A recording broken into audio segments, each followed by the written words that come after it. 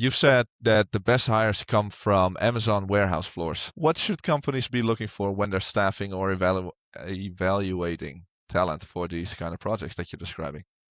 Yeah, I mean, my experience, having come from implementing different WMSs myself, nothing's like super earth-shattering has happened in terms of how WMS systems work in the last 10 years. I think the general concepts and things are relatively the same. And so I feel like, folks that have worked the warehouse and done the work, especially or led teams that have done the work are the best positioned to really help customers look at their processes, especially if they're in, older systems or not have a WMS and moving to WMS in the future. Really, look at their process, help them understand how their process, can be optimized, and then how to introduce technology into that process in the most efficient way. So we don't want to slow folks down, right? We want to the best that we can. Now, it's always going to be faster not to scan or record anything. So we're always gonna. That's one thing I always talk to customers about is like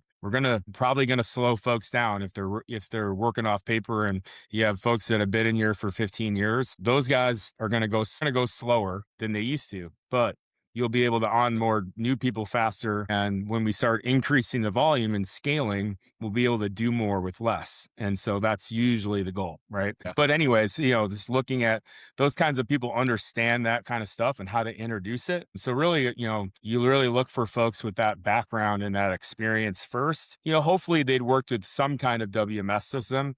And I feel like you can teach them dynamics. It's very intuitive. UI is visible. And so that's what we've seen in our past.